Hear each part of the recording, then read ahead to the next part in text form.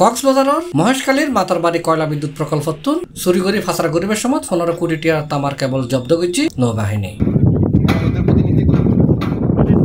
আগস্টের 31 তারিখ শনিবার সকাল 11টায় মাতারবাড়ি বিদ্যুৎ কেন্দ্রতুন ফাঁসার সময় নৌবাহিনীর মহেশখালী কন্টিনজেন্ট কমান্ডার আলী হায়দার চৌধুরীর নির্দেশে lieutenant commander Syed Ahmed Sakibu, lieutenant Minhajul আবেদিনের নেতৃত্বে উগ্র টিম বিদ্যুৎ কেন্দ্র 4 নম্বর জেডিঘাটতুন বারজাত তুলিবের সময় 2 কন্টেনারত থাকা কেবল সহ 6 জনরে আটক করছে নৌবাহিনীর আভিযানিক দলে।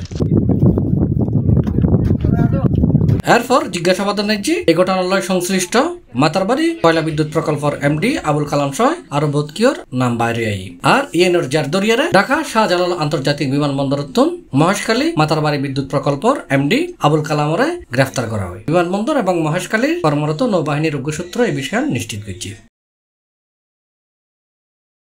মাতারবাড়ি কয়লা বিদ্যুৎ প্রকল্পর 15 কোটি টাকার তার প্রসারের ঘটনায় 6 জনের আসামি করে মামলা করাই। মামলার আসামি হলদি কোলপাড়ার প্রকল্প পরিচালক Abul Kalam Azad, security officer Alfazuddin, security officer Raihan, Iqbal মেরিনের কর্মচারী সেলিম এবং নিজামুদ্দিন। আমি মাথাবাড়ি ইউনিয়ন বিএনপির সাংগঠনিক সম্পাদক হিসেবে বলতে চাই, কয়লা বিদ্যুৎ এবং বন্দরের বিষয় নিয়ে যে সমস্ত দুর্নীতি হয়েছে, এই সমস্ত দুর্নীতিতে মাতারবাড়ি আওয়ামী লীগ সহ, মহেশখালীর আওয়ামী লীগ সহ, কক্সবাজার জেলার আওয়ামী লীগ সহ কেন্দ্রীয় আওয়ামী লীগ পর্যন্ত এই দুর্নীতির সাথে জড়িত আছে বলে আমি মনে করি। এবং নৌবাহিনী মাধ্যমে গত পরশুদিন 20 কোটি টাকার থার উদ্ধার করা হয়েছে সোরাইমাল, যেগুলা অবৈধভাবে কোল পাওয়ার থেকে বের করে দুর্নীতির মাধ্যমে পাচার হয়ে যাচ্ছিল।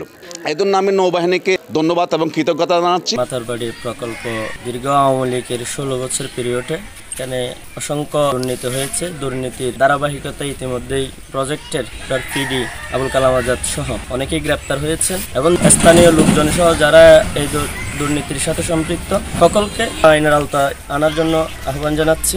আমাদের এই মাতারবাড়ি যে কয়লা বিদ্যুৎ মানে সরকারি একটা মেগা প্রজেক্ট, এই মেগা প্রজেক্টে এই দীর্ঘদিন ধরে এই আওয়ামী লীগ দীর্ঘদিন ধরে ব্যবসা বাণিজ্য, চাঁদাবাজি, দুর্নীতি অনেক কিছু করা আসতেছে এবং এর প্রেক্ষাপটে এই কয়েকদিন আগে নৌবাহিনী অভিযান চালিয়ে প্রায় 15 কোটি টাকার মতো থামা উদ্ধার করেছে। এই নৌবাহিনী অভিযানকে আমরা সাধুবাদ জানাই।